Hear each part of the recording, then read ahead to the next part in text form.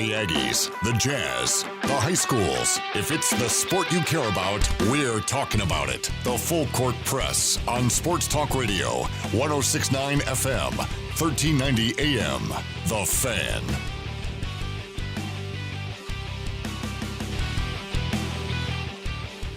A very happy Friday to you, one and all. Thank you and congratulations for making it through the week. It's another one where you made it with us, and we're grateful to have you. However, and wherever you are joining us on 106.9 FM, 1390 AM, it is The Fan. I am Ajay Salvesen. Eric Franson is gone, not dead, forgotten. I'm glad you clarified that he's not dead. Not forgotten, but remembered. AJ Knight is over there. I am here. Adam the intern is here as well. Grateful to have him. We'll actually have him jump on later on to delve into the sports world with us as well. The Full Court Press here on 106.9 FM, 1390 AM. You can also stream us on 1069thefan.com. Don't forget our podcast is on iTunes, Stitcher, and Spotify. Just type in the Full Court Press, Eric's name, my name, or even AJ's name, and you can get all the content that you need of our show, plus bonus material, including press conferences and such. A lot to get to in a very little amount of time. Jazz basketball tonight. They take on the Charlotte Hornets at 7 o'clock. You will not hear that game because the Skyview Bobcats, Region 11 basketball, gets into regional play. Oh, yeah, the games that count. Skyview at Bear River in what should be a dandy. It's a big one. Mason Faltov averages about 31 points a game versus the Bear River Bears, a defense that was supposed to be stingy last year and didn't give up 20 points to anybody else except one other player. That was Cordell Welch in a game that AJ Knight called at Mountain Crest High School in the Icon Health and Fitness Center Arena, where Mountain Crest got the better of Bear River in overtime matchup. Well, the crazy thing is, too, was it last year, Bear River beat Skyview twice, right? No, Bear River lost to Skyview twice. Is that what it was? Mason had 31 and then 37 at Bear River. And then Bear River beat Green Canyon, but Green Canyon beat Skyview. Yep, but Bear River beat Green Canyon twice. I mean, it was honestly nuts. It was a good year last year. Does that happen again? What is our expectations, our predictions? Our own play-by-play voice of Mountain Crest Mustangs. He's not calling the game tonight because it's simulcasted through KVNU and Al Lewis for the London Grizzlies. Legendary Al Lewis is on. We are going to get through every game, every matchup as best preview you could possibly get. Cannot wait to get into that. You also get Utah State, Nevada preview as the Nevada Wolfpack, after getting slapped around by San Jose State. That's right, the Spartans. And they say slapped around, they won by one, but nonetheless, San Jose State does get the win over Nevada. So Nevada crawls in here with a one-game losing streak, but it can't be much worse than where the Aggies stand, as they are right now losers of 3 straight, staring down a 4-game losing streak for the first time since 2017. It's been that long. It's rough. So we'll get into that and how the Aggies can fix things up and get things patched up quickly before as we delve into conference play, Mountain West Conference play. Full go there. We also got divisional round games left and right, Saturday and Sunday, AFC and NFC. Teams matching up for a chance to participate in their conference championship games. Only 2 more. From there, we'll move on to the Super Bowl, and we'll get a breakdown of each of those games as well. So, again, a lot to get to, and I'm grateful to have you guys along joining us. Hey, by the way, a couple of cool things coming up next week in regards of interviews and such. Con Smith, the great Con Smith, former Aggie coach. He was an assistant under Bobby Knight at Indiana. He was an assistant coach for Team USA in, I believe, 84. He's going to be joining us for an interview next week. We're working on dates and times. I got my dates mixed up because of Jazz games that we have as they're on an East Coast swing, so I've got to redo some things. But we're going to get Con Smith on with us, and he's going to talk about his fishing story. He was actually a scout for the Jazz. So he fished with Larry H. Miller. He went fishing with Carmelone. Is there anything that guy didn't do? Exact. That's a great way to put it. Went fishing with John Stockton. He always take him up to his ranch. He went fishing with some very famous people. Asked some great stories about that. And not to mention, when you're an assistant under Bobby Knight, I can't imagine the stories. He'll have to edit those stories. Oh, yeah. Nonetheless, they're solid as they are. So without further ado, let's hop into it. First of all, AJ, thank you so much for joining us, man. Glad to have you. Anytime. I'm happy to be on anytime. No, you do a great job, and you can find AJ Knight on VFX 6 a.m. to 10 a.m. with the incredibly beautiful and talented McCall Taylor. That is true. Who is just, much prettier than I am. I hate subbing in for that show because I feel incredibly inadequate. I feel like I shouldn't even be there. I shouldn't even be in the studio. I shouldn't even be on the mic with you guys. it is a very trying time for me. Well, you know, the boss says that he likes some of the shows you filled in on, so I mean that's all that matters. Well, that's just because you were funny as heck, and I was able to do funny. Hey, there are plenty of people who've gotten places riding coattails. Hence, look at the New England Patriots coaching tree. Okay, well let's not go. That tree hasn't. It's low hanging fruit, if you will. Just ask Josh McDaniels in Denver. I'm just saying, Mike or Brian Flores. Plenty of people that have gotten places riding coattails. Oh yeah, no. In fact, we'll get into some coaching hires too. Actually, you brought that up earlier today, and we still need to hit through those. Joe Judge is with the New York Giants, as you heard in the Fox Sports Minute update. Josh McDaniels went and interviewed for the Browns. He was the final interview of all the coaches that they went through. And so they were supposed to be making a decision, they said, by Saturday. It could be as early as tonight. We'll stay tuned and wait for that. As soon as we hear, we'll let you know. So that's all. I mean, again, a ton of stuff going on as we get ready for the freaking weekend, everybody. It's always a fun time when hey, let me ask you something, AJ. Yes, sir. What's the best sports month of the year? January now because you've got like basketball and the playoffs. Football. Is it October? Is it because you got the World Series? You've got basketball still, and you got football. Is it? Where is it? Where is the best month, man? That's tough because I'd say my favorite postseason is college basketball, but I'm not going to pick the month of March because basketball's in the ho hum and baseball hasn't started yet. You got spring training. You might be on something with October. You got the world. Every major sport is going. You got the World Series, football's going, basketball's going, and hockey's going. I'm pretty sure. And college basketball usually starts about the end of the month. Yeah, because November I think they normally tip off and get going. So, and I think you might have been right with the first one. It's probably October because you just got everything. By the way, I don't want to let you forget. Since it is Friday, it is my tradition because Eric hates this tradition with a passion. But it's my favorite tradition. It's time to introduce Friday. I don't care if Monday's blue, Tuesday's grey and Wednesday too. Thursday, I don't care about you. It's Friday, gotta get down on Friday. Everybody's looking forward to the weekend. Friday is forever, we belong together, so come on, and don't you say never. It's Friday night, yeah, we dance on tabletops, and we took too many shots. Think we kissed, but I forgot. It's Friday night, yeah, we mixed our credit cards and got kicked out of the bar, so we hit the boulevard. It's Friday night, do it all again. AJ Knight on that end, Ajay Salvesen here. If you want to join our show, by the way, you can by texting in 435-339-0321. If you want to text in 435-339-0321. Love to hear your thoughts on whatever topic we're talking about. Want to get your input. Your name's anonymous, so we won't know who you are. And, of course, when you text in, message and data rates apply according to your contracts with your service. If you want to call in, it's at 435-752-1069. All right, AJ, let's get into it. Yes, Utah sir. Jazz on a winning streak. Big time. Before they had started this winning streak, they had lost 6 of 8, and it was a stumble that really kind of started, I believe, the week of Thanksgiving, and it went through the first week of December, and people were extremely concerned. Like, what changes do you need to make to fix things? Yeah. And then all of a sudden, boom, bam, jam, thank you, man. Jordan Clarkson comes in. Seriously. Ship out a couple of guys, including Dante Exum, and now they have the NBA's longest current win streak with a home matchup coming up against the lowly Charlotte Hornets. Well, that too, but I mean, hasn't that been kind of the Jazz's MO the last few seasons? Kind of a slow start, and all of a sudden, the last 2 seasons, they've had one of the craziest winning stretches over, the last 2/3 of the season? Mm-hmm. But yeah, I mean, they've brought on Jordan Clarkson for peanuts, really, I guess, unless you're a big Exum believer. I know that last year that was a big sticking point, right, for him at the trade deadline. They didn't want to move him, and then this year I think the team hadn't gotten where it wanted to, so they 2 second-round picks and Exum, and they get Jordan Clarkson, and what a huge change it's been. Let's not dismiss you hit the right part of the schedule at the right time. Sure, it'll help you get a little healthier. I mean, look what the Lakers did at the beginning, and now they've started to hit a tougher stretch a little bit, and people are like, okay, maybe let's back down. They're just going to run away with it. And I don't know when they're going to stop. I mean, no offense, everybody's a pro, but they got the Hornets, the Wizards, the Nets, the Pelicans, the Kings. I mean, the Pacers aren't bad, but they get them at home. The Warriors suck. I mean, they might run this out double digits pretty easily, in all honesty.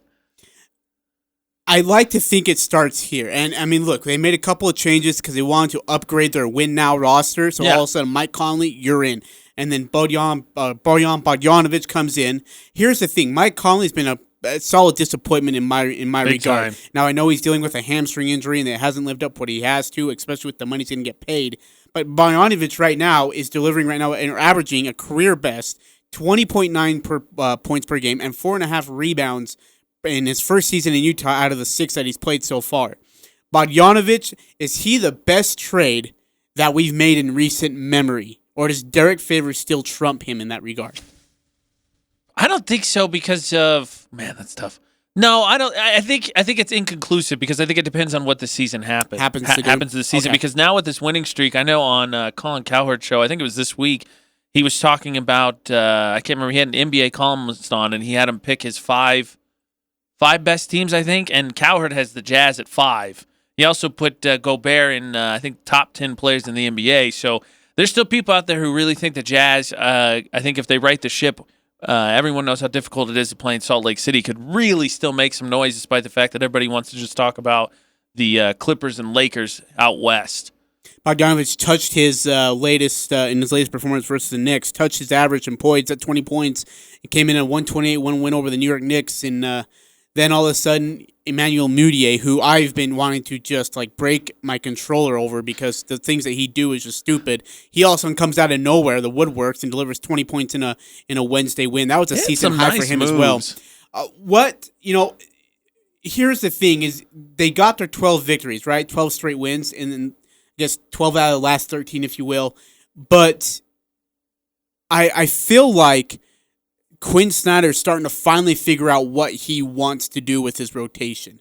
I think I don't know why it took so long, including trading Dr. Hampton to figure it out, but I think we're finally there. I think it. Like I said, it seems like that's a little bit of the Jazz's MO that it kind of takes them a second. But I think you could also. They always talk about the importance of identity in sports. Like there's an importance in baseball of setting the rotation so the guy knows he's number 2 or identity like that. And I think Jordan Clarkson took the scoring pressure off because it's nice to get another guy who can go get a bucket. But I think it set their rotation in a way that Quinn Snyder was comfortable with, and now they've hit a stretch where they can, I think, really pile on some wins and I think really figure the team out while they wait for Conley, hopefully, to get healthy. I love how you knocked on wood. That was great. His MO that is was great. really good. He's durable, and then of course he comes to Utah and he can't get healthy. And here's the look at that. Sort of the mirror, and then look to the other side of the mirror. Mudiay, who had averaged 2 turnovers a game before he came to Utah, is now down to just 1.6 turnovers a game. And in fact, I feel like his reads have gotten so much better on the court, where he actually can see the court and see what's coming quicker than he has ever before. In fact, he had mentioned that, and he gave credit to Snyder for helping him understand of how to read the court properly when having the ball in his hands, and he says it's changed wonders for him. And my question to you is, how important is it that they fixed their bench, who had so many issues, to actually give their starting lineup a little bit of breathing room? I think it's really important because I think you're much more avid fan than Jazz fan than I am. I think you would make the argument that really last year the problem was they ran out of gas, especially Donovan. When they got into the postseason, and I think that's why it's so important. You don't necessarily need to be as deep as the Clippers, but you got to have a couple guys I think that can go stretches where they can give you those big games. Because obviously they're not going to do it consistently. Because if that was the case, they'd be starters in the NBA. But there's going to be games where Mitchell doesn't have it or someone's hurt, and you got to be able to have just one guy, which I think Clarkson is, and that's why I think it was a good get. He's one of those guys that just for any given game he'll go off for 20, piece cake. And so I think that's why it's such a big deal. You can get that punch and be able to rest your starters through the regular season and then have someone that's capable of a big game in the playoffs where every point's going to count. Look at the other side of the Charlotte Hornets, who right now have lost 8 of their last 10. They are on a 2-game slide right now, and part of that 10-game stretch where they've lost includes the Utah Jazz at home, where they lost 114-107. Jazz, even though Charlotte, AJ, they lost 114-107, and Charlotte shot 58% from the field in the first half and led by 8 at the break and still lost that game. Bogdanovic had 26 in that game. Gobert had 19. Terry Rozier had a game-high 29 for the Hornets on 11 to 24 shooting. In fact, Rozier is averaging almost 22.5 points per game when facing the Jazz, and that's above his 18.5 mark on the season as an overall average. So, I mean, Rozier's the key without Kemba Walker. No Kemba has absolutely changed this team, who now is at 15 and 25. They're 8 and 12 on the road. So my question is was Kemba Walker that big of a difference where they've made this platoon drop and cannot? I mean, they're not even staring, even scraping, sniffing the surface of what they were last year. I think so. I don't think he's a superstar. I think he's, what do they call him? B-stars. He's not an A-star. He's a B-star. Yeah. So I would think so. I think there's something to be said, too, about it's not a well-run organization.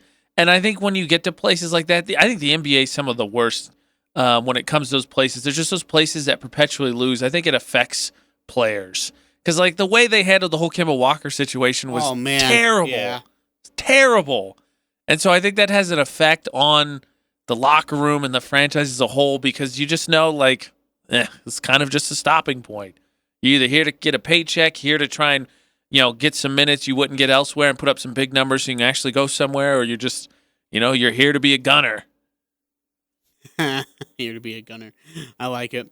By the way, just some quick news for you all. Utah Jazz and Golden State Warriors on January 22nd was to be a nationally televised game. It has been removed, the national television sticker. They have... It's not a good... The Warriors is not a good team. And this is the second time they've done that to the Jazz with the Warriors, actually. And so they've taken off the national TV sticker, if you will, and they have moved it to Houston and Dallas that night, which is appropriate and understandable. That's fair. It's two good teams. So here is the question: is that the last time they did this, Utah State, Utah and Golden State were to be an 8:30 tip-off. They then moved it to 7. With this game at 8 o'clock at Golden State, so that's Pacific, or I guess 8 o'clock would be Mountain Time. I wonder if they move that game. I guess they can't, because 8 o'clock Mountain Time is 7 o'clock there. So they won't move that game. Okay, never mind. They'll keep it there. Never mind. So Golden State hosting the Utah Jazz is no longer a nationally televised game. That game will stay at 8 o'clock. In fact, AJ, that is the final game of their nice little comfortable couch stretch, which they've had. Oh, yeah. After that, things get really dizzy for about a month straight. Here you go. Minus the Trailblazers. Home against Dallas and Houston, and then a 3-game road trip, which includes San Antonio, Denver, Portland back-to-back-to-back, Denver at home again, Portland home, and then again another road trip of Houston and Dallas, and then home versus Miami, San Antonio, Houston, Phoenix, Boston, Man, they're really and jamming those Washington. Texas teams in, aren't they? They play them all right there. Yep, from January That's 25th rough. to February 28th, they play. Every game is against a playoff team except for Phoenix. Portland in? They're 8th. I got them at 10th right here. Spurs are 8th. No way, Portland dropped? Yeah. Oh, I guess because last night. Never mind. That makes sense. So 2 games. But Portland's still Portland's a half game out of 10th, aren't they? Out of 8th. Yeah. Game and a half. Okay, so they're standing on the Game front and a half, porch. yeah. That may be your stretch right there because I think a lot of people expected the Lakers and Clippers to ease through the regular season because obviously they had the talent to coast to the playoffs, whether they're a home team or not. That may be the stretch right there to determine whether or not the Jazz finish in the top half or the bottom half of the playoff teams. Because right now they're tied 25-12 with the Rockets. The Rockets have the tiebreaker. So Rockets 4, Jazz 5. And man, wouldn't that be a great first-round matchup once again? Welcome back, dark friend. So again, they get Charlotte and then Washington at Washington. It's a 1:30 game on Sunday afternoon. And then at Brooklyn at 5:30. That will interrupt our show. Thursday's at New Orleans at 6 o'clock. Sacramento, 7 o'clock on Saturday, January 18th. Indiana at home at 7 o'clock. And then finally Golden State to complete that. Again, the soft cushion little portion of the schedule you had, because, by the way, after that, there's not really a soft portion like that the rest of the year. Again, it's brutal. Dallas, Houston at home, San Antonio, Denver, Portland on the road, Denver and Portland at home. Houston and Dallas on the road. Miami, San Antonio, Houston, Phoenix, and Boston all at home, along with Washington, before they hit back to another East Coast swing, which includes Cleveland, New York, Boston, and Detroit. Other games that are notable tonight, we don't want to forget about them. Well, I guess a couple of them you do. Atlanta and Washington is tonight. New Orleans Pelicans go to the Knicks. Heat are at Brooklyn. By the way, actually, I'll get to that in just a moment with you. Indiana at Chicago. Spurs are at Memphis. Orlando and Phoenix. Game of the night is Lakers at Dallas. That's on ESPN at 7 o'clock. It's a good one. Yep, 30-7 Lakers versus 23-14 Dallas Mavericks. And the Milwaukee to Sacramento caps off your NBA night. Hey, quick throw in with the Jazz. This may be the same thing. Can we get Donovan Mitchell ahead of Alex Caruso? I was just looking at the All-Star voting. So we had a rant yesterday about this, okay, and I'm good. still pissed. I'm glad. I wanted to throw that in there in case nobody had gotten to it. I'm still trying to think of a name for him, like the Sloth Mamba. I saw on Twitter they call him the Bald Eagle. Oh, jeez.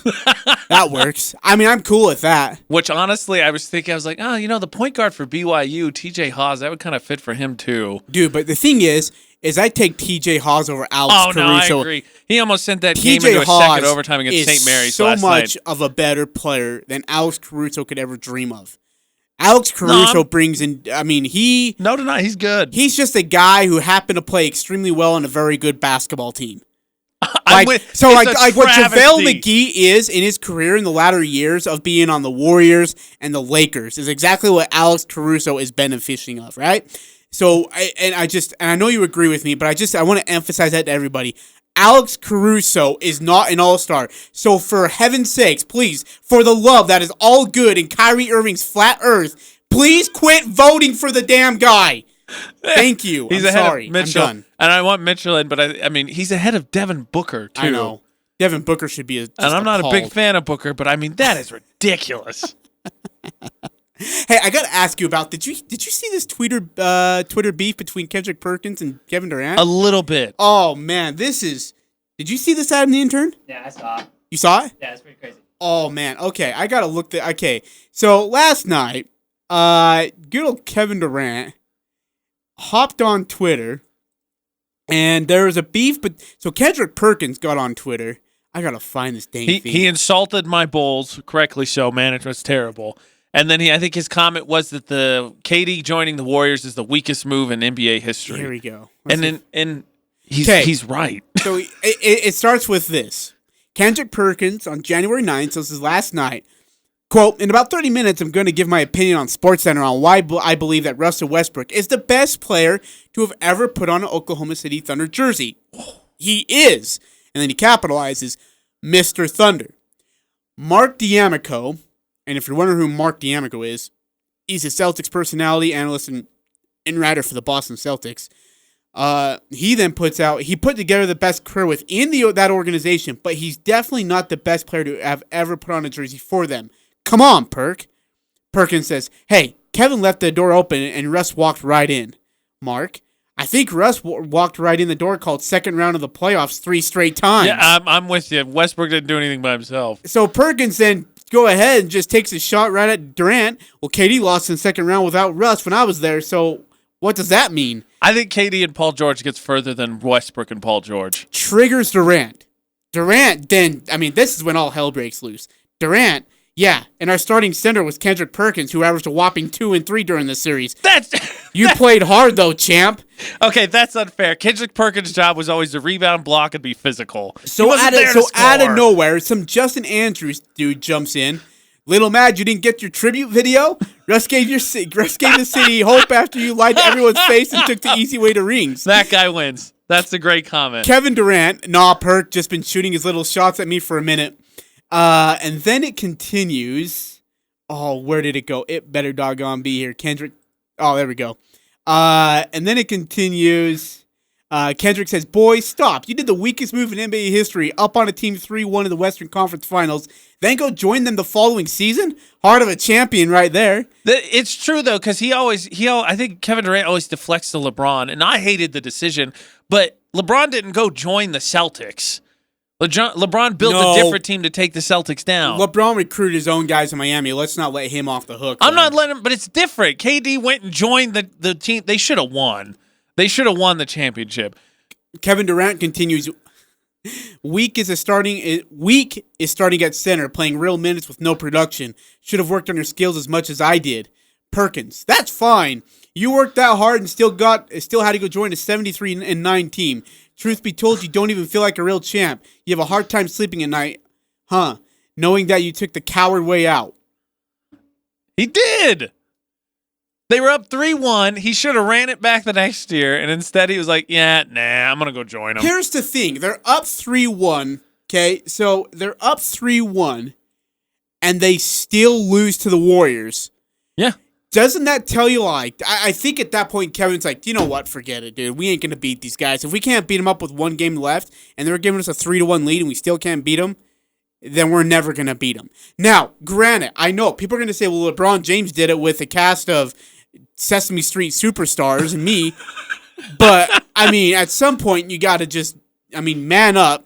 Like, look, back in the day, and I know I love talking nostalgia basketball with you, AJ. It is so much fun because you're one person who gets it, who understands that what back in the day of, look, Michael Jordan, he's not going to go join Larry Bird and the Boston Celtics. Never going to happen. He scored 63, and then they still lost. And he's like, and he's not going to go join the Detroit Pistons. Heck, he even froze Isaiah Thomas off the 92 Dream Team and then said, Stockton, you got a minute? I need you to come to Barcelona with us to take Isaiah Thomas' spot so we don't have to deal with the guy. I think my favorite bit is on SNL. Kenan Thompson played Charles Barkley. He's like, hey, you want to go play poker in Europe? Yeah, we're just going to beat Slovakia by 70 points first.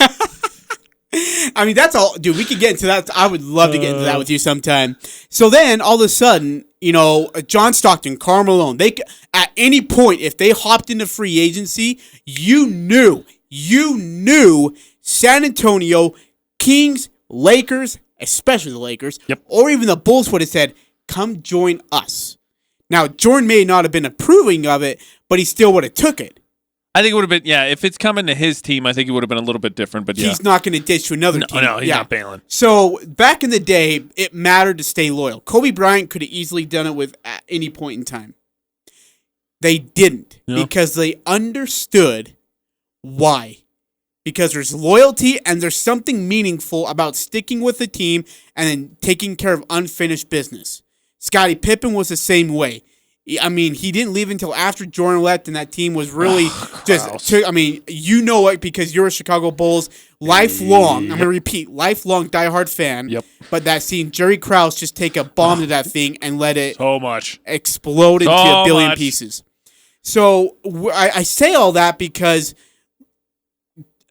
Kevin Durant did totally the opposite. LeBron James honestly did the opposite. Yeah. I guess I don't know if I put Dwayne Wade on the list. I mean, on purpose. With all intents and purposes, he put it together, but at the same time, it was his team. But you've seen so many superstars just, we can't figure it out. I need to go find another team that will figure it out. Yeah. And that's been the case. Yeah. No, I'm with you. I agree with Perkins. I think it's the weakest move. You join a team that was 73-9, had already won a championship. You were up 3-1. It's the definition of can't beat them, join them. Jazz Hornets tonight, 7 o'clock. You will not hear that game tonight here on 106.9 The Fan. Instead, you'll hear Skyview at Bear River. You'll get pregame with John Newbold at 6:45, and then on 104.9 The Ranch, just over the mountain within Box Elder, you'll hear Tommy Sorensen, Logan Jones call the Bear River portion of that game. That's a big one. Yeah, it is. That's a big one. Logan. I haven't seen enough of the other ones because I know both Ridgeline and Green Canyon are 7-4, but I'd imagine the two tonight are going to jostle for the Regional 11 crown. I would say so. Yeah. Logan will be hosting the Mountain Crest, and as you already mentioned, Ridgeline will host Green Canyon tonight. You can find all the games and how to stream and how to listen to them on CashValleyDaily.com. Go to the sports and then the local sports bar, and you'll be able to click on that and find all the games and in the streaming formats as well. All right, we're going to take a break. Coming back, it's time to talk some NFL football. It's divisional time. The wild card, the pretenders, New England Patriots, I'm talking to you, are now out of the way, and it's time for the real boys to step up and play football. This one is a focus on one specific position. We'll talk about why and what that position is. That's all coming up on the Full Court Press. AJ Knight, Ajay Salvesen, 106.9 FM, 1390 AM, The Fan. Northern Utah and Southern Idaho's home for sports. It's the Full Court Press on Sports Talk Radio, 106.9 FM, 1390 AM, The Fan. So what you want, dance with me, dance with me. My drop tops in the parking lot, and I'm gonna take you back to my spot. But we still got a little more time to rock. So what you Ajay, Salvesen, AJ, 43 your time here. It's a Friday. Congratulations, you made it through the week. One more day before you get yourselves ready for a weekend. We got some 2020 NFL division football here on the way Saturday and Sunday. We're going to get through the games right now. Let's preview them as we go. We'll do it by day and time. So to lead off your divisional round of games will be Saturday afternoon, 2:35 Mountain Time. San Francisco at Levi Stadium hosting the Minnesota Vikings, who are 10-6, coming off a saucy win over the New Orleans Saints in overtime. You want to talk about momentum? Minnesota's got it. Big time. You're talking about two quarterbacks, too, who are actually playing pretty well. One of them being Jimmy Garoppolo, who was traded from New England to San Francisco for, get this, yes, a second-round pick. That was Bill Belichick showing a little bit of bitterness towards the Tom Brady love fest, that being Robert Kraft. On the other side, Kirk Cousins then came into play, and Kyle Shanahan thought they were going to get Kirk Cousins, but instead he ended up going to Minnesota from Washington. $84 million later, he's in the divisional round to face the Niners. San Francisco, I'm looking for the line here. Did you see a line on this game yet? Oh, yeah, I had it. I put bets in today. Oh, good for you. I think it's 8. I'll got you. Let me double check that for sure. I'm looking for. I can't find a line on this. It is. Pick Center has it 7. Yeah, now it's down to 7. I think it opened at 8.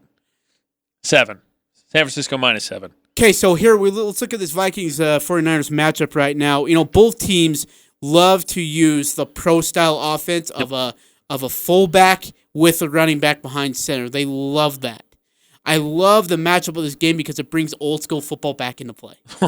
That Saturday night game is going to be physical, but yes, this one ought to be as well. Let's start here on Minnesota side. Look, they got a ton of momentum. They come off that big win over New Orleans in overtime. What kind of momentum can that give you going into a divisional game, despite you're playing the number 1 seed in San Francisco? I think a ton. I mean, because the MO on Kirk Cousins, right, has never changed. You can't win big games. I don't know his stats off the top of my head, but he made some big throws, especially in overtime because they were up early and he was able to jump. But, I mean, the Saints generally don't lose at home, and you knew they were going to be juiced after the way that the playoffs ended last year with that non-pass interference call. And they just kicked the crap out of them for probably 2.5, 3 full quarters. I mean, I think the stat was that Drew Brees the Saints as a whole, I think, had 8 turnovers coming to that game, and they had 2 in that game. They had 8 for the season, and they had 2 in that playoff game. Wow. Yeah, I did hear today, apparently, I don't know how severe it is, Thielen got cleated in practice, and I think he had to get stitches in one of his ankles. What? That was on Outkick coverage with Clay Travis. That's great timing for them. Yeah, right? By the way, for playoff experience does come into play at times. Yeah. So speaking of which, only a dozen players are currently on the 49ers roster right now who have been in the postseason. And really, that number is a little bit inflated right now because that includes Garoppolo, who sat on the bench behind Brady and watched him win a few Super Bowls doing so. Yeah, I wouldn't really count a couple that. Super I mean, I Bowls. guess you see the preparation, but I would give maybe it's not the same. Give the Niners a little bit of credit because that game against the Seahawks was a big one. That had to feel like a playoff game because you're talking about the difference between 1 seed or 5 seed. Yeah, no, that makes sense. And on the other side, of course, Kirk Cousins. I mean, this team went on the road and won a big game. But, according to Minnesota, according to Kirk Cousins, as he said, experience is there, sure, but it's all about execution in the end. And he says, look, we won in a playoff hostile environment versus a team that has a ton of experience. And we know we still got out of there with an overtime win. So it's really all about execution when you need it the most. Again, I love the old offense that both teams bring, but even for Garoppolo, the last time he faced the Minnesota Vikings last year was an absolute dud. It was the first game of the season. He threw 3 interceptions. 2 of them went back for a touchdown. He had his lowest rating as a career as a quarterback of 45.1. and he gave credit to the Vikings for disguising their defense really well. My question to you is, if they can hold Drew Brees in check, can they hold a balanced offense? Because I felt like this offense will be more willing to be balanced in the running and passing game than New Orleans was. Can they still hold them in check as well? I think so, because Garoppolo's shown this year especially, he's had a couple games that he has won for the Niners, but I don't think anyone would put him above Drew Brees, even at Drew Brees' age. And honestly, both quarterbacks quoting that is kind of a big deal because these teams are pretty similar. Good running games, good defenses. I think the wide receivers are better for the Vikings, but I think that the tight end position is a huge plus in terms of the 49ers. I think it's going to come down to the quarterback. Who can make the most plays and who can protect the ball? That's exactly right. Mike Zimmer here on what makes the San Francisco defense so good. They do so many good things offensively, the formations and the rockets and the motions and the shifts and then the execution, and they got good players. So all that enters into a factor. They come up with a different scheme for each team, and I'm sure there'll be a lot of adjustments being made during the course of the ball game. Really quickly, I want to get back to this comment. Who's Mike Zimmer and the reporter? This is on Thielen's Adam. Is it Thielen? Thielen's injury. Do you feel what happened to Thielen practice yesterday will be anything that limits him much at all in Saturday's game? I don't know. He's questionable. What exactly happened in practice? I don't know. We don't talk about things that happened in practice. Bill Belichick, how do you do, my man? Eat your heart out. Who would you give the coaching advantage? I tend to lean Shanahan because he was the OC the year that the Falcons went, and then they blew it, so I guess you could give him criticism for that. But I don't know that Zimmer's really had any sustained runs. No. They had the the Minneapolis Miracle, and then they got whomped by the Eagles the next week. Yeah. I don't think there's really any coaching advantage here. To be honest, if there's any advantage, it's the fact that Minnesota's used to playing in domes and on beautiful, nice turf and such. Fair. Instead, you're going to San Francisco, which is grass, and if it's bad weather, it's going to be bad grass on a slippery field. So I don't know. I think you're right. I think it's based on turnovers. And the team that can take care of the ball the best. I think the Niners win. I bet on the Vikings to cover. I think it's going to be a close game. The second of Saturday's game will be a 6:15 Mountain Time start. This one's going to be physical. This should be a dandy, and I absolutely agree. It will be a physical slobber knocker going 15 rounds. Tennessee Titans, winners over the New England Patriots in a rout over the Patriots. Now we'll get to get rewarded by facing the number one seeded and most likely MVP candidate Lamar Jackson and the Baltimore Ravens. Baltimore 7-1 at home. Tennessee 5-3 on the road. You know, containing the New England Patriots offense seemed to be, for what many said, would be a difficult thing to do. Containing Lamar Jackson and the Baltimore offense is a tough task and a tough ask of this football team. Big time. Well, I think the two factors for both teams, or for this game, is one, the Ravens sat in week 17, so they haven't played in almost 3 weeks. How do they respond to that? Especially, it's one of those tricky things with buys. You like the rest, you can play one less game, but if your team's playing well, which obviously the Ravens are, they're the one seed, especially with a young team with Lamar specifically leading the team, how do you respond? Is there rust? And two, I really wouldn't make plans I think you can make Saturday night plans because there's going to be like 60 total carries in this game. It's going to be like 2 hours long.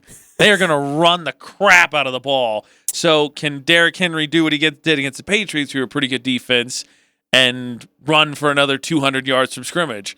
On the other side, Mike Vrabel talks about what the key is to beat the Baltimore Ravens.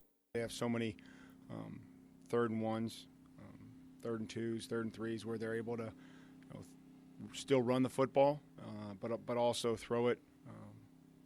And that's why they're number one in the league in third down and in scoring. And continue on that. We'll have to line up and play the next snap. If they hit one, which they will, that's how it goes. You have different responsibilities, and they do a nice job of mixing up the scheme, so it's not just the same thing over and over. It'd be a great challenge, huge challenge for us. Top seed Baltimore Ravens right now are on a 12-game winning streak, and without question, and by far and above, hands down, bar none, are the most productive offense in the league. And on the other side, of course, it's Derrick Henry, it's not Derrick Henry. It's the 2016 Heisman Trophy winner for the Baltimore Ravens, who's ran for about 1,206 yards. It's the most by any quarterback in NFL history. And by the way, with that, he's thrown 36 touchdown passes.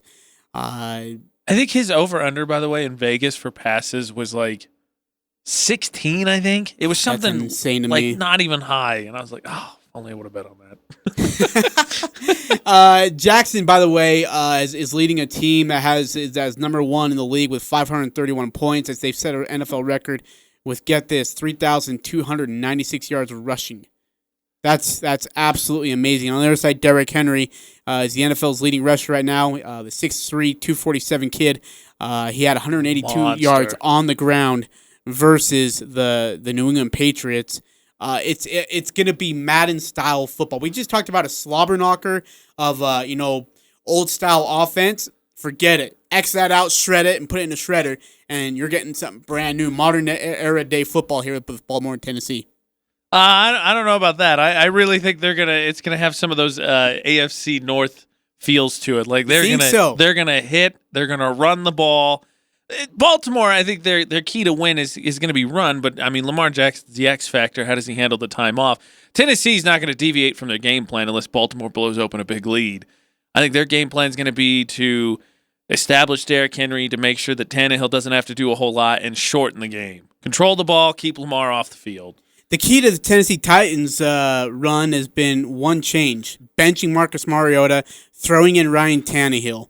He's thrown for at least one touchdown in the past 11 straight games, and over the final 10 games of the regular season, accounted for, AJ, 26 touchdowns. 22 of those are through the air, only 4 on the ground.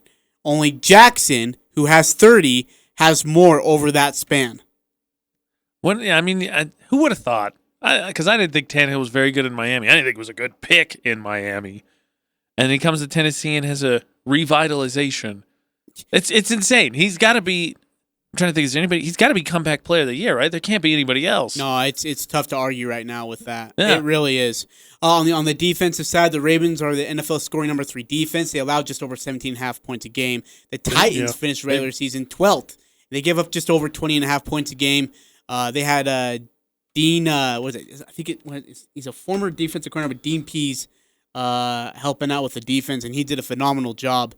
But in the last 2 games, Tennessee has given up 27 points total to Houston and New England. It's going to be physical. That is incredible. Is the Houston backups, for the record. You spoke about Derrick Henry. He's on quite a run over the last 7 games right now. He's averaging about 154 yards. He's piled up over 1,000 yards. And against New England, he accounted for 75% of Tennessee's offense production. That's a lot. In fact, that is the most percentage of a single player that New England gave up over the course of the season, including Lamar Jackson. That's what scares me if you're a Baltimore fan, because no one denies this year New England's defense was really good. And Bill Belichick's strategy has never changed. Whatever the best thing what you do on offense, we're gonna take it away. And New England could not stop him. Yeah. So that's the one thing if you're a Baltimore fan. I took Tennessee to cover. I think Baltimore wins. I got the home teams both Saturday, but I think they're both close games. And by the way, the kicking game, if it does come into play, which at times it can, you never know, you give the Ravens all the credit in the world, and they got the huge advantage. Justin Tucker has been on a roll. He's 28-29 this season, while Greg Joseph for the Titans has yet to attempt a field goal this season.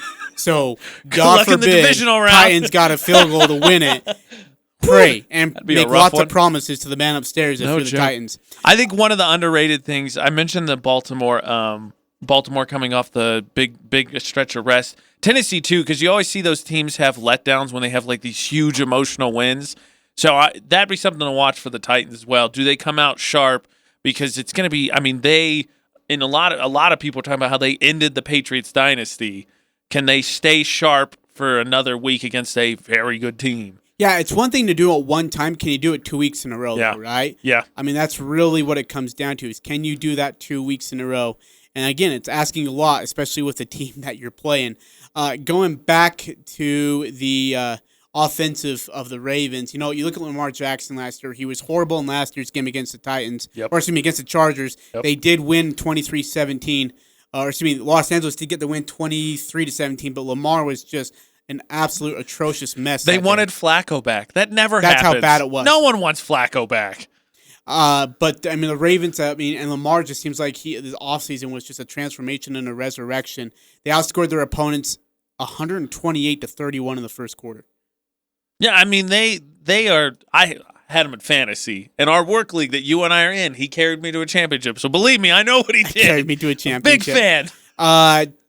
Baltimore, it's a 10 on the line. I got Tennessee covering, but I think Baltimore wins.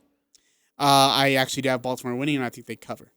Ooh, I guess we'll find out. Yeah, that's what the fun is. All right, we'll get to the Sunday's games later in the second hour. We got to take a break, come back. We'll wrap up the first hour for you, put a bow on it. This is AJ Knight on that side. I'm Ajay Salvesen here. You'll listen to the Full Court Press, 106.9 FM, 1390 AM, The Fan. The Full Court Press. Connect with us on Facebook, Twitter, and online at 1069thefan.com.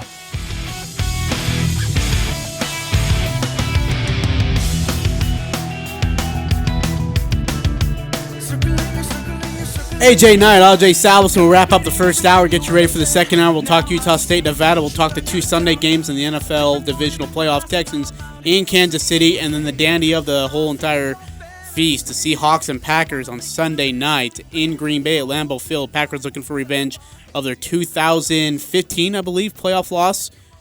Or was it 14? Oh, jeez. I can't remember, man. I think it was the year the Seahawks lost the Patriots. So it would be 14. Yeah.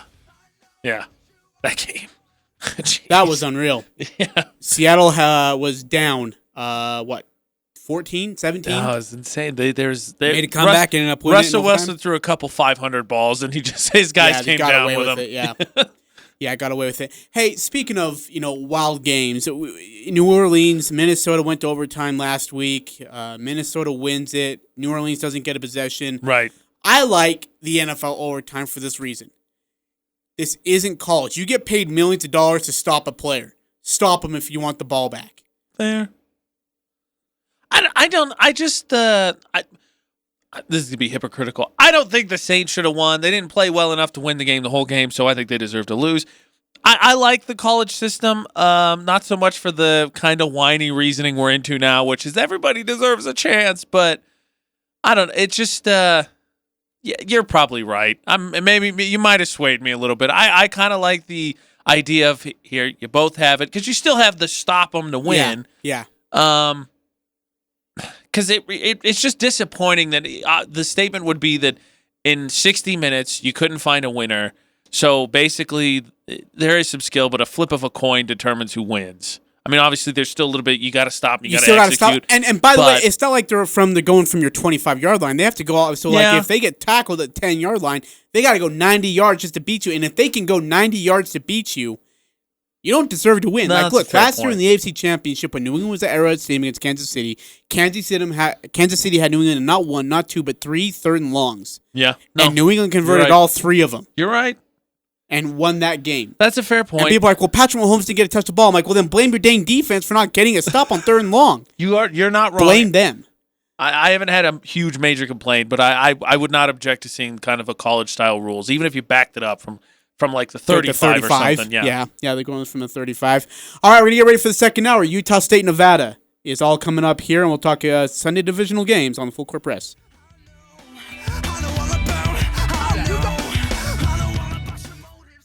I'm Dan Patrick, and this is Above the Noise. So far, the 2019 NFL season has been about Lamar Jackson. The Ravens quarterback is the presumptive favorite to win the league MVP. His Ravens were 14-2 and the number 1 seed in the AFC. You would think that would mean Jackson has more pressure on him than any player left in the postseason, but so far, Jackson hasn't shown even the slightest sign of shrinking in the spotlight. As the games got bigger throughout the season, his star shined even brighter. I fully expect this week's game against the Titans to be a referendum on Jackson. That's how the NFL works. We judge everything from week to week. I also expect Jackson to perform well. We know about his electrifying runs and clutch throws, but it's been his efficiency and ability to avoid the mistakes that's made Baltimore so tough to beat. Now, that doesn't mean the Ravens will win, but with Jackson leading the way, this has to be a team that makes the rest of the AFC, and the entire NFL for that matter, very nervous. I'm Dan Patrick, and this is Above the Noise.